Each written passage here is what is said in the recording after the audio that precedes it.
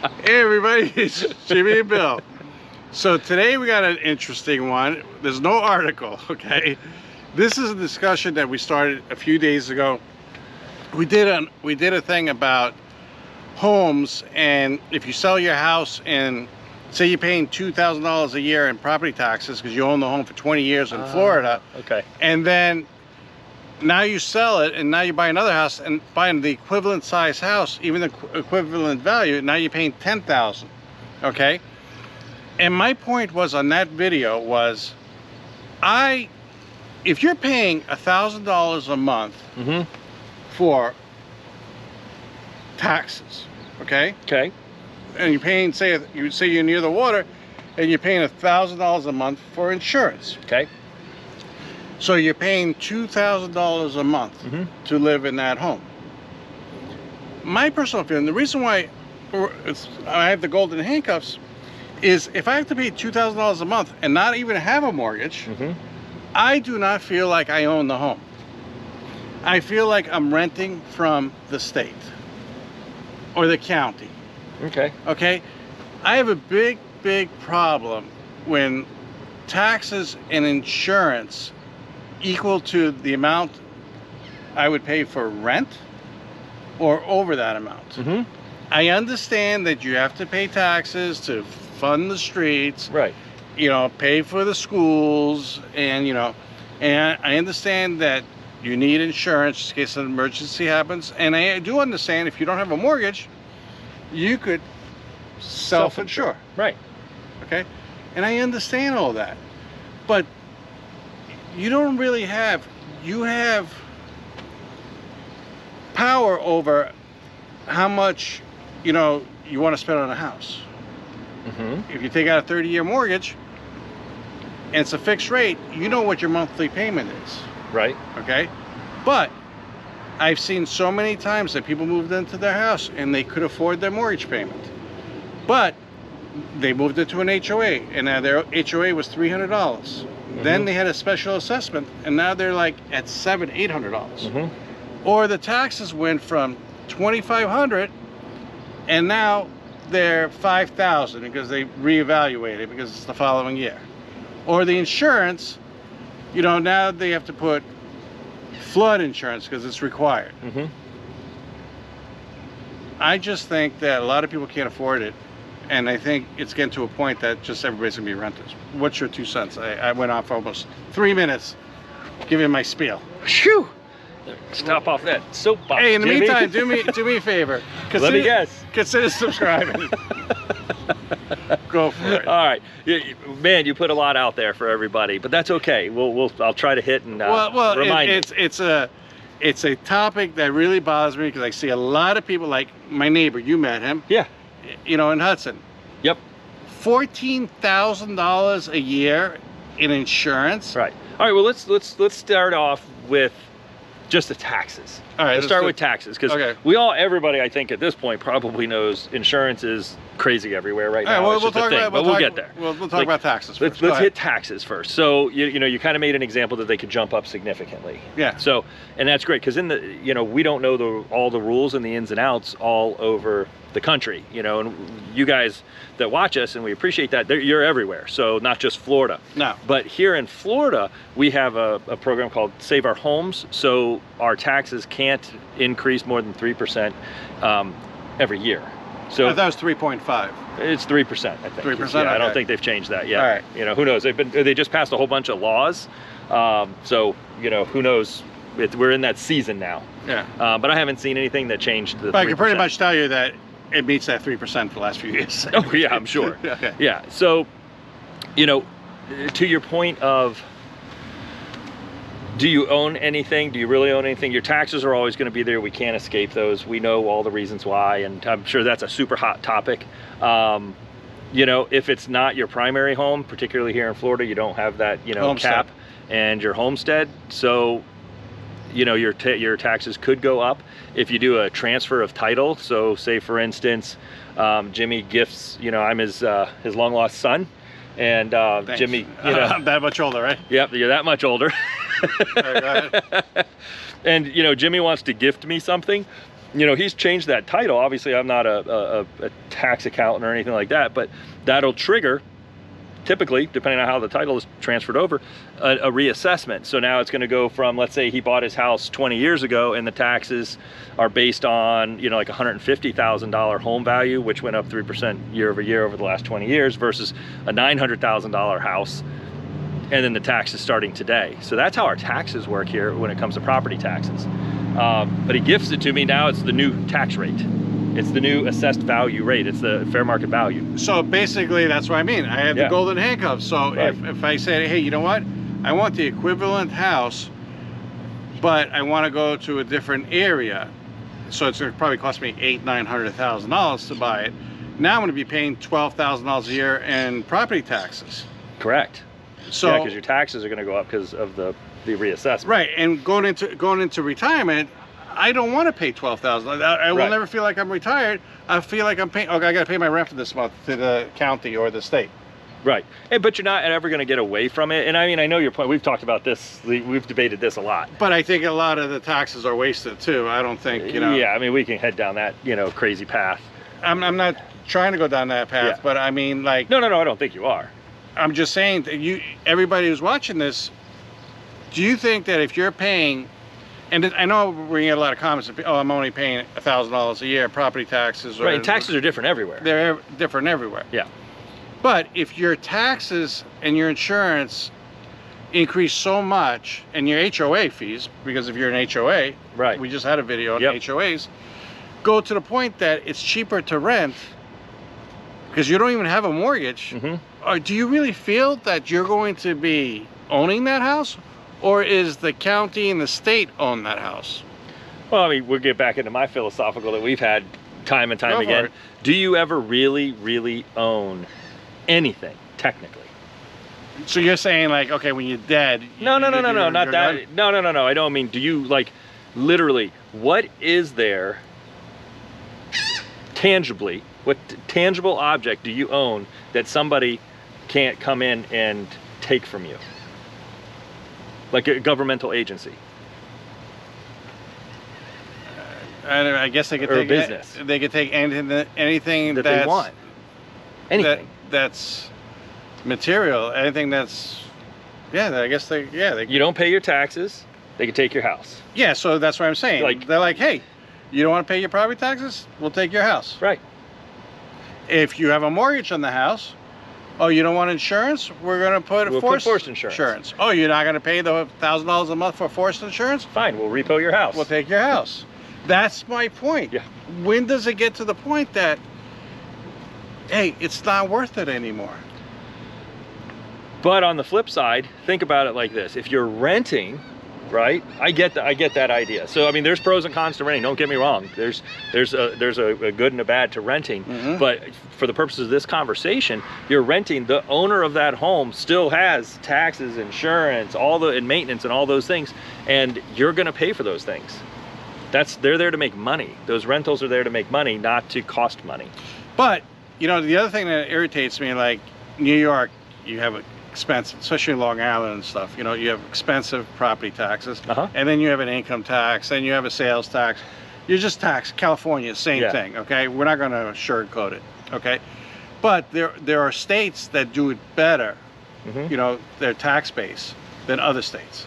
Some states are just horrible at budgeting money. Even California, they're in a big deficit right now. Right. And they'll tax you for breathing air, Right. you know?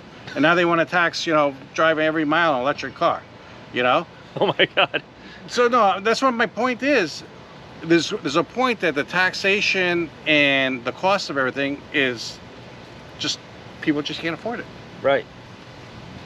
And that's what my complaint here is in Florida, because Florida is getting a lot more expensive. Florida is when did I come here full time? I had a place here in 2008, but I moved here full time, I think 2010 or 2009. It probably doubled my cost. Literally. It was so affordable when I came down here for everything. And now it's like, I still travel to New York a lot. I just got back from Maine, you know, and those are expensive states, and I don't feel anything different. Right. Some things were actually cheaper there. Right, yeah, probably. I don't disagree. Florida, I mean, I grew up here, and just paying attention to what I paid back in the day to paying now, you know, the older you get, I think you pay attention to more of that stuff. Yeah. You know, it's because, you know, our mindsets are in a little different zone to retirement and not having to work until, you know, we're on the wrong side of the green, if you will. You know, but we have gotten significantly more expensive. You know, not only just insurance, that's always been a thing here. I swear it's always something. Although supposedly there's a good stuff on the horizon. We'll see what happens. We did 50 videos on insurance. Yeah, like, so hopefully we'll do another 10. Yeah, we'll do another 10 once some of these new things come out. But I just don't feel, again, I'm throwing it out, I need everybody's comments and opinions. If you're paying for taxes, insurance, and HOA fees as much or more than you'd be paying for renting, are you going to really feel like you own it? Because you don't pay the HOA, you can lose your home. You don't pay your insurance, and you have a mortgage, you can lose your home. You don't pay your taxes, you'll definitely lose your home. That's my point. There's nothing that, you know, you never really own it. Even the house I have now, if I don't pay the taxes, how long do you think it will be before I get a letter saying, hey, you could lose your home? Exactly. Yeah. I mean, that's the way we live right now. It's just, that's the world. You know, I don't know what you can do about it, but other than mitigate it. Okay, explain. Well, what I mean by that, go into a different state with low taxes? No, I mean, like, let's just take your situation. You know, you're of retirement age. I still got a couple of years.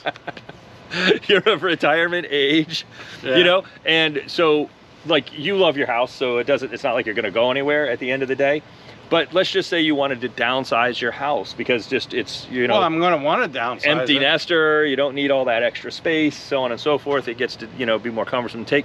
You're going to have to take into consideration those taxes when you move, because your bills might be $1,000 a month right now overall, and you could go to $2,000 or $3,000 when you're on a fixed income. So, that's my point. Yeah, so you have to kind of plan. Like right now, me and Tanya probably, because the kids are gone, we probably use half the house. You know that? Yeah, I know. There's part of your house I forgot you even had. Yeah, so, but it's not that big. I mean, don't get me wrong. No. Nobody goes there. It's just, because there was kids in there. Yeah. But that's what my point is. My point is that we wouldn't mind downsizing. Right. But we were talking about, like, hey, we have a good deal. We bought this such a long time ago that our taxes are low compared to everybody else. Right. But now, you know, if we downsize and we sell it and we go to even the house we're building in Hudson. Right. Like, we already got our quotes. Insurance. Oh, yeah. 18 feet up in the air. I know. 18 feet up in the air on stilts. Insurance, $12,800. And they said, crazy. Yeah, and they said we're probably going to need flood on top of that. So you're talking about $17,000. Now, if that house is built to 2024 codes, okay, if that house gets flooded, okay, so the water goes up from sea level. Well, we're about 2 feet above sea level, but it goes up another 18 feet, and then maybe another foot to go in the house. We're at 20 feet of water. Okay. Florida is gone. Yeah, it's not like it'll be like, oh, they're gonna worry about.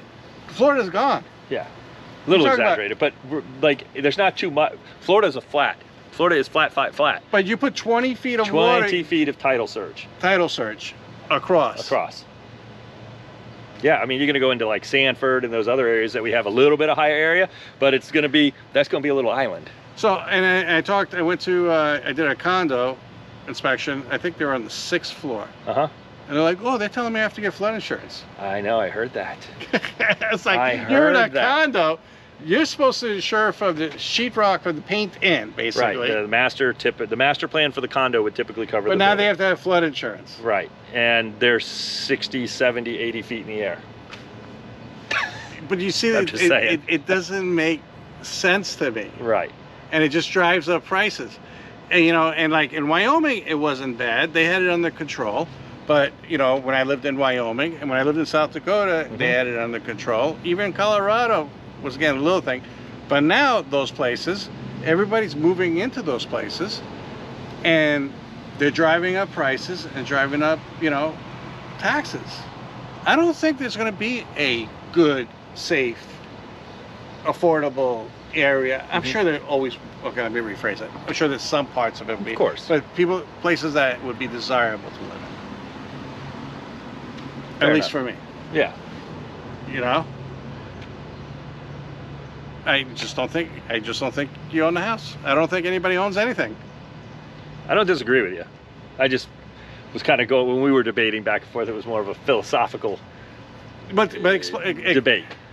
But well, because of my perception of, I have two, you know, do you really own anything? No, technically. I'm not talking about death or anything like that. I'm just saying, do you really own anything? Because at any point in time, a governmental body, for some form or reason, can come and take your stuff. Well, unless I pick up a rock from this property. Well, actually, this is private property. It's private property, so we I probably can't can't do even pick that. up the rock because that's technically considered. They could take it away because it's theft. Yeah. So like, a little exaggerated, but you But you know what I'm saying? Yeah. Like, Oh, you go to public land, it's state owned. Right. That's it. That's my point. There's always something, right? And it's just more of, you know, because we kind of mentioned about taxes in the last video, and you know, it's a punishment versus a reward. So I kind of look at, you know, you've stayed at the house, you planned, you budgeted. That's, you know, I know we have this new term now, the golden handcuffs, but you've planned, and I know you've planned, and you don't plan on going anywhere from your house. I don't, but it's just. But if you wanted to, it irritates me that if I wanted to. That's why you're stuck. And the whole thing is, you know, a lot of people are saying, you know, the future, you'll own nothing and you'll like it. More and more people are saying that you'll own nothing and you'll like it. Right, and the more and more people that do say that, in my personal opinion, they keep saying this, they say this, they say this. It's desensitization, and you'll eventually just believe it. Right? Yeah, you'll be whatever. You know what I'm talking about. Yeah. You'll be so desensitized to it over time. You'll just learn. It'll just be part of the way you are. Hey, maybe you guys know some stuff that you own that nobody can ever take away from you. Physical things. Yeah, like a tangible item. You know, your morals, values. We get all that. Yeah, like morals, ethics, all that stuff. That's yours. It's the only thing you truly own. Is kind of the comment that I started with Jimmy when we were having our debate. Yeah, I mean, that people can't take away from you, but you know, at the end of the day, it is true. When you leave this planet, it's not like you're taking anything with you. Exactly. So just live life, be happy, and this video was a total rant. It was. We soapboxed the heck out of this one. It was a ranted video. Whew. Oh, well, if you stuck this far, thank you. Thank you, and watch this next video, because this next video has nothing to do with what we just talked about. Right, and it's probably way better, but usually when we say our videos are horrible, they turn out to be very good. I don't know, so we'll see what happens. Let's see what happens with this one, and you let us know what you think. All right. Be gentle. Yeah, appreciate it. Give us your comments. Tell us what you think, if you really own your house or if you don't own your house. Thank you, and have a great day, and we'll catch you on the next one. Remember, subscribe and watch this video. See you next time. Bye.